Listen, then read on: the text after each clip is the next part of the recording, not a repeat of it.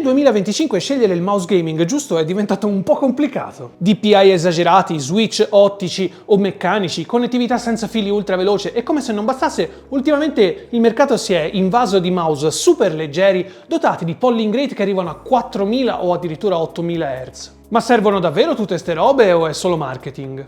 Oggi ti spiego tutto quello che devi sapere per scegliere il mouse gaming adatto a te e alla fine ti mostrerò anche uno dei mouse gaming più avanzati del 2025 che sta arrivando in questi giorni in commercio. Sigla e iniziamo! Prima però ricordati che se ci lasci un like e ti iscrivi al canale ci dai una mano pazzesca.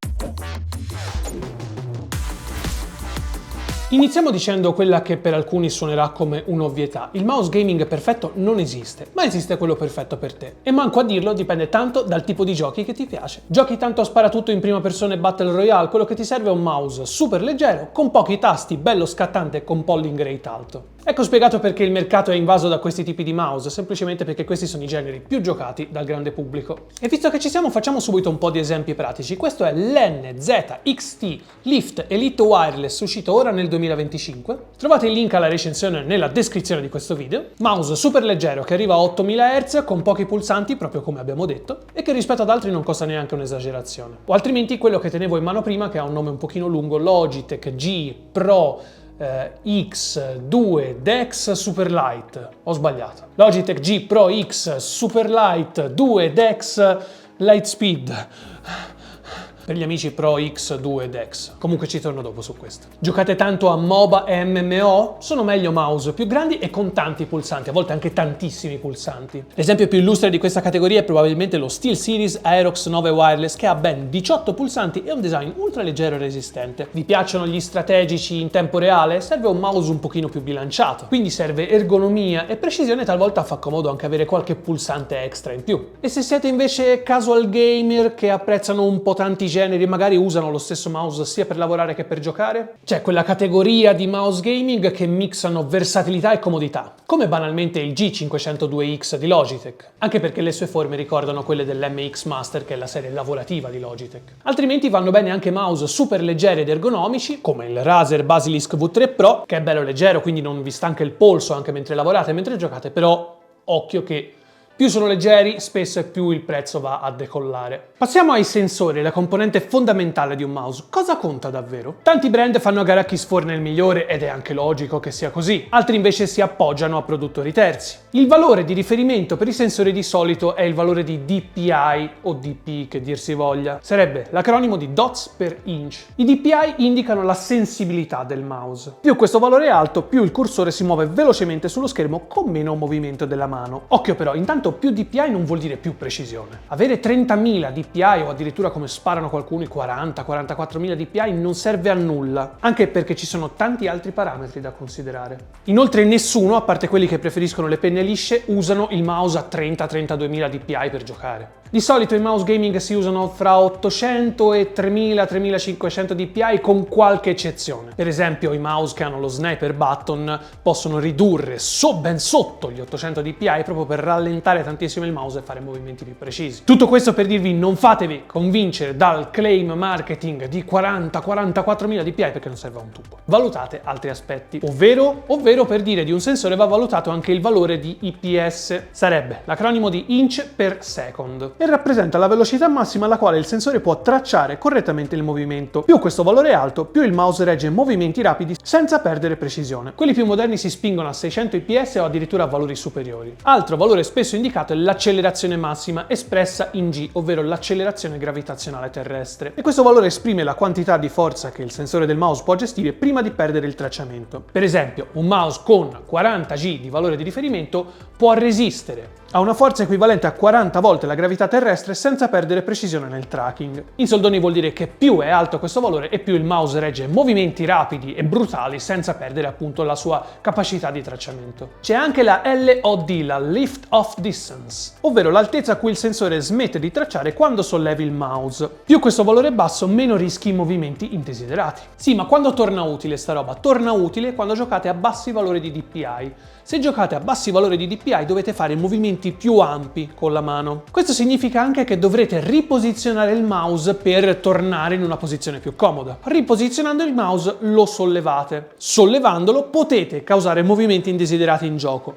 Più questa LOD, più questo valore di riferimento è basso, meno avrete probabilità appunto di causare movimenti indesiderati al personaggio che state muovendo. Quindi quando comprate un mouse e state guardando il sensore e i suoi valori di riferimento, non vi fermate ai DPI, ma valutate anche gli IPS, il valore di G e la LOD. Poi c'è anche chi ha tecnologie proprietarie a bordo che migliorano ulteriormente la situazione. Come per dire il sensore Razer Focus Pro, realizzato in collaborazione con PixArt, che vanta motion seek, sensibilità dinamica e altre cosettine niente male. E sto dannato polling rate, perché ora si punta a 4000-8000 Hz con dei ricevitori giganteschi come questi? Banalmente il polling rate indica quante volte il mouse invia informazioni al PC. Fino a poco tempo fa 1000 Hz era lo standard. Ora abbiamo mouse a 4000 e 8000 Hz, fanno davvero la differenza? A 1000 Hz il ritardo medio è di 1 millisecondo, a 4000 Hz si scende a 0,25 millisecondi, a 8000 Hz si scende ulteriormente a 0,125 millisecondi. Ma questi numeri contano davvero? Sì. Ma se avrete notato stiamo parlando di millisecondi. Di conseguenza contano soltanto se si gioca a livello competitivo, non solo e-sport, banalmente anche le partite competitive. E anche se si hanno a disposizione monitor con frequenze di aggiornamento elevate e hardware di alto o meglio ancora di altissimo livello. Questo banalmente perché per ricevere maggiori informazioni da parte delle periferiche, non solo mouse, ci sono anche tastiere a 8000 Hz, ci vuole più velocità da parte del PC per recepirle. Nel caso del polling rate entrano in gioco anche tecnologie particolari come Nvidia Reflex. In soldoni, quando muovete il mouse per muovere il vostro personaggio, si verifica un input lag. Non è colpa del mouse e non è colpa vostra. È che il mouse sta dando un input alla CPU. La CPU lo elabora e lo manda alla GPU, la quale a sua volta lo elabora per mandarlo al monitor, che accenderà i pixel necessari a riprodurre quello specifico movimento. E questo quante volte succede nell'arco di un minuto? Già la sapete questa risposta, tantissime. Da questo capite perché vi dicevo che per gestire polling rate elevati serve hardware di alto livello. Nvidia Reflex va a migliorare questa catena di input e output. C'è però una serie di però. Dovete comprare mouse compatibili Nvidia Reflex, dovete giocare a giochi che abbiano l'opzione Nvidia Reflex da attivare, dovrete avere schede video di Nvidia di ultima generazione e servirebbero anche monitor con G-Sync. Ah, e c'è anche un'altra cosa, polling rate più alti vuol dire meno autonomia del mouse, a meno di non scegliere modelli cablati.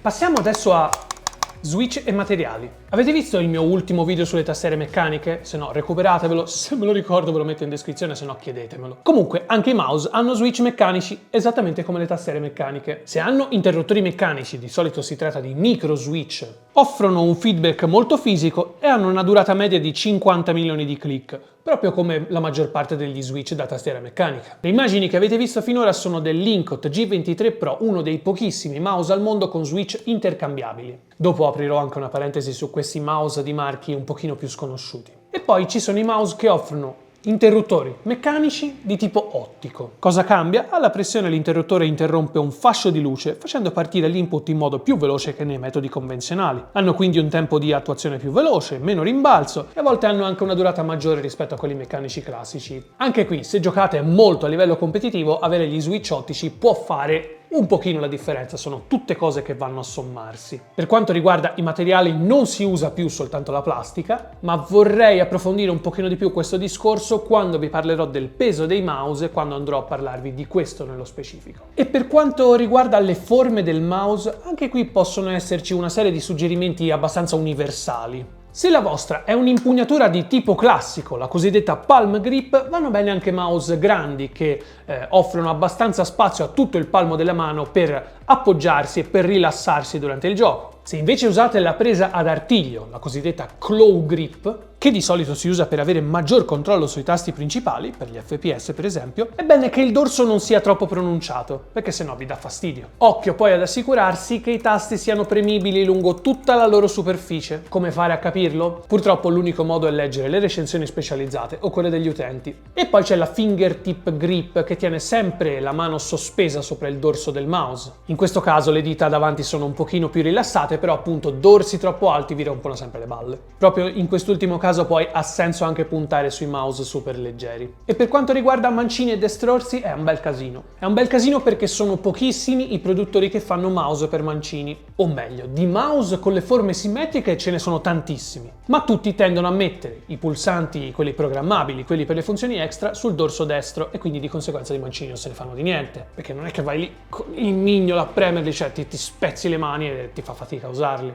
Ci sono delle rare eccezioni, ma sono sempre mouse dalle forme simmetriche, come questo G Pro 2 Lightspeed che ha i tasti programmabili sia a sinistra che a destra. Addirittura sono magnetici, li potete cambiare, li potete mettere più bombati da una parte o dall'altra. Però appunto hanno forme simmetriche. Quelli asimmetrici, come il DeX nuovo di Logitech di cui vi parlavo prima, hanno forme per così dire ergonomiche. Alcuni hanno anche ali laterali per coccolare maggiormente pollice e mignolo che stanno ai lati. E anche qui si va un po' a gusti personali, è inutile suggerirli per dire che sono più comodi di altri, perché poi magari qualcuno non li trova comodi allo stesso modo. Quindi è inutile stare a eleggere secondo me una forma migliore di un'altra. Oh, e finalmente siamo arrivati a parlare del peso. Nel corso degli ultimi anni siamo passati da mouse che pesavano ben più di 100 grammi, con addirittura scomparti ad hoc per mettere pesi, piombini, non so se ve li ricordate, per cambiare il bilanciamento, per farli pesare di più, a dispositivi super leggeri realizzati in plastica a nido d'ape, in lega di magnesio, fibra di carbonio, materiali super leggeri e super resistenti. Come vi accennavo prima, il mercato è andato in questa direzione e vi assicuro che prodigarsi per cercare mouse pesanti è un po' una perdita di tempo. L'unico problema, si fa per dire, è che tenendoli in mano per la prima volta si ha quasi la sensazione di maneggiare roba cheap, di poco valore, perché si ha questa tendenza ad associare il peso al valore di un oggetto elettronico, per dire. In realtà, da un punto di vista ingegneristico, è più difficile alleggerire che appesantire. E se vi mettete a pensare che in 50-60 grammi ci stanno switch meccanici, tasti aggiuntivi, rotellina, encoder, sensore, modulo Wi-Fi, modulo Bluetooth, presa USB, batteria,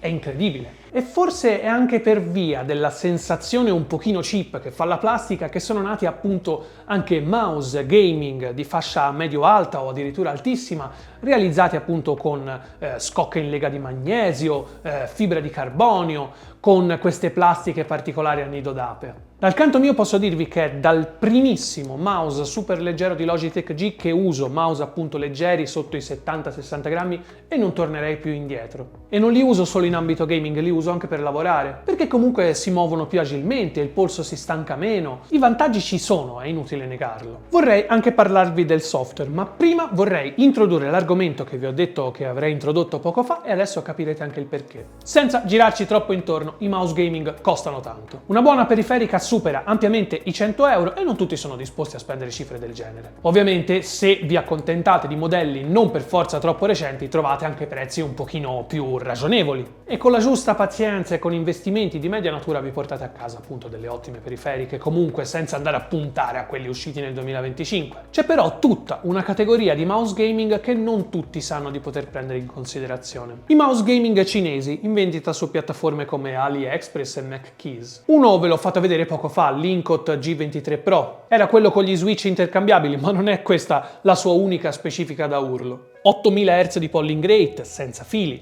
sensore POW 3950 che garantisce fino a 45.000 dpi, ma se vi ricordate vi ho detto non fatevi ingannare da questo valore, 750 IPS, 50G, batteria da 500 mAh, peso di 65 grammi. Insomma, fa il popò a strisce a tanti mouse di marchi più blasonati e il prezzo si aggira intorno ai $59. Idem per dire l'Inkot Gero con ricevitore 8K speciale o il Rapu VT9 Air che ha addirittura ancora più batteria e in Wi-Fi va a 4000 Hz.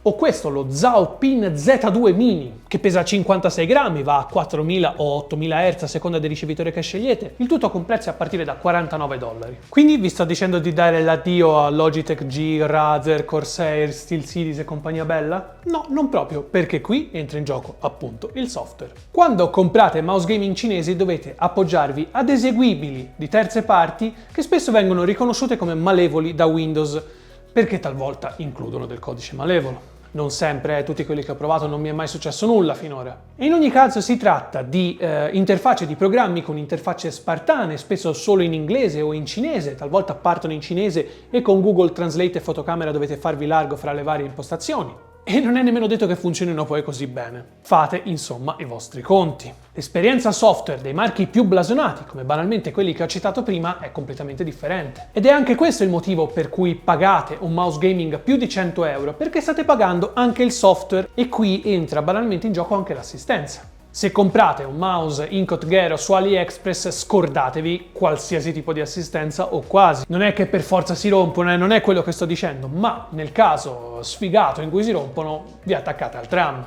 La stessa cosa non si può dire dei marchi più diffusi. Per dire, se cercate online troverete testimonianze di utenti che hanno ricevuto in regalo da Logitech ricevitori USB Wi-Fi perché semplicemente li avevano smarriti. Quindi neanche rotti, neanche roba da garanzia, semplicemente hanno richiesto a Logitech un ricevitore e Logitech gliel'ha spedito gratis senza spese di spedizione. È successo anche a un mio amico qui in Italia, ma vi dico di cercare online perché ci sono testimonianze, perché sennò sembra la classica cosa: a mio cugino gli hanno regalato il ricevitore. Non è proprio così, ci sono tante testimonianze. E ora veniamo al pezzo forte. Questo è uno dei mouse gaming più avanzati del 2025. E quando una persona fa un'affermazione del genere c'è sempre qualcuno che si precipita nei commenti perché qualcuno sta sbagliando su internet, quindi bisogna correggerlo il più velocemente possibile, per dirvi che il suo mouse gaming è sicuramente più avanzato di questo. Ma ci arrivo anche a questo. Comunque, lui si chiama Lofri I-Pace e il suo claim è che è il primo mouse ultraleggero al mondo con telaio integrato. Il suo nome deriva dall'unione di hyper, banalmente iper, e pace, che a seconda del contesto può essere tradotto come passo o come velocità. È un po' tipo hyperspace, ma più sofisticato. Non so se conoscete Lofri, è un marchio che può tranquillamente essere definito di design. Ve ne ho parlato spesso sulle pagine di Smart World, ho recensito tante tastiere e anche un mouse molto particolare legati a questo marchio. Fanno delle robe molto belle, ma sono anche molto di nicchia e super particolari, proprio come questo mouse. Sotto queste plastiche in policarbonato traslucido nasconde un telaio in lega di magnesio di grado aerospaziale davvero allucinante. In cosa si traduce? Peso super ridotto, qui si parla di 47 grammi, aria praticamente. Ora, qualcuno di voi si starà chiedendo perché mettere della plastica sul telaio in lega di magnesio? Banalmente perché il contatto con policarbonato o plastica ABS è più piacevole che con il metallo, appunto con la lega di magnesio in questo caso. E anche perché il telaio in lega di magnesio sotto ha quella struttura classica nido d'ape che magari dà un po' di fastidio alla mano. E perché non coprirlo interamente? Perché le prese d'aria favoriscono appunto il ricircolo d'aria e tengono la mano un pochino più fresca durante le sessioni prolungate. Il sensore è un modello abbastanza recente, un POW 3950, che garantisce fino a 30.000 dpi, 750 IPS, 50G e una lift off distance minima di 0,7 mm, che è pochissimo. Sotto i tasti principali ha micro, switch, Kyle, GM White Blade garantiti per 100 milioni di pressione e in tutto ha 5 pulsanti programmabili. Quindi va bene per FPS, Battle Royale, uso misto, non proprio per MOBA e MMO. Ha anche un ricevitore Wi-Fi fighissimo, anche se un po' ingombrante, che gli permette di arrivare fino a 8000 Hz di polling rate. E dentro c'è anche il modulo Bluetooth, nel caso lo volesse collegare a più dispositivi contemporaneamente. Ah, e visto che ci siamo, un consiglio che mi sono dimenticato di darvi prima: non giocate con il mouse in Bluetooth. Quando giocate in Bluetooth il polling rate è inferiore e avete più rischio di interferenze. Lo trovate su Kickstarter fino al 5 aprile prossimo a partire da $109, a cui ci dovete aggiungere $20 circa di spese di spedizione e tasse. Quindi tutto sommato al cambio attuale il prezzo è anche inferiore ad alcuni mouse più blasonati, più pesanti e un pochino meno avanzati di questo. Ah, e visto che Lofri è un marchio cinese e che prima abbiamo detto che il software dei mouse cinesi è un po' così e così, questo non ha un software da installare ma ha una web app da cui gestire tutto, quindi la aprite da Chrome con il mouse collegato al computer e gestite tutto da lì, quindi non c'è più eseguibili da installare. Come vi dicevo prima però non è il più leggero in assoluto, quindi è uno dei mouse gaming più avanzati del 2025, ma c'è comunque chi magari ha fatto di meglio. Ci sono per esempio il Beast X Mini interamente in lega di magnesio che pesa 34 grammi circa, però ha un sensore più vecchio di quello del Lofri. O il Final Mouse Prophecy realizzato con una particolare fibra di carbonio con design a cella d'ape con pesi fra i 30 e i 40 grammi a seconda dell'edizione scelta. Il problema è che al momento si trova a prezzi folli perché ne producono pochissimi, si parla di $300-400, roba allucinante. Questo per dire che scavando online o dando retta agli utenti che trovate online potreste trovare dei mouse gaming incredibili, ma occhio al prezzo e a tutti i fattori che abbiamo detto prima. Prima di chiudere, altri due fattori: batteria. Se scegliete un mouse a 4000 o 8000 Hz, fate attenzione perché l'autonomia cala drasticamente. E con drasticamente intendo che ci fate un paio di sessioni da 8 ore e poi probabilmente dovrete ricaricarlo. E infine non mi sono soffermato troppo sulla connettività, questo perché per qualche motivo i mouse cablati sono diventati il male assoluto. Se a qualcuno dite di comprare un mouse cablato vi bolla come eretico e non lo comprerà mai, e ne comprerà uno senza fili, senza neanche interessarsi di polling rate, autonomia, tecnologia del wifi. Sappiate che ci sono dei mouse gaming in commercio con cavo in paracord o soluzioni simili, il cui attrito del cavo sulla scrivania è veramente basso, veramente incredibile, non lo sentite, quasi è come non avere il cavo, e se organizzate bene la vostra scrivania, quindi il cavo non è in tirare, è messo bene, non ha ostacoli sul suo cammino, è come giocare con un mouse senza fili o quasi, con il vantaggio che il mouse potrebbe essere più leggero perché non ha batteria e non avete a che fare con eventuali interferenze, insomma non avete quei problemi legati appunto all'uso senza fili. Siamo arrivati alla fine, spero che questo video ti sia stato utile, che tu abbia trovato tutta una serie di consigli utili appunto a scegliere il mouse gaming perfetto per te. Lascio in descrizione il link all'acquisto, eventuali recensioni, eventuali guide che ho realizzato sui mouse, su SmartWorld, in modo che tu possa approfondire appunto se hai visto uno di questi modelli nello specifico che ti è piaciuto e vuoi leggere qualcosina in più. Vi aspetto nella sezione commenti, fatemi sapere quale mouse gaming usate e quale vorreste comprare, e se avete bisogno di consigli vi aspetto come al solito. Ricordati, like e iscriviti al canale se questo video ti è piaciuto. Un saluto da Lorenzo Delli per smartworld.it.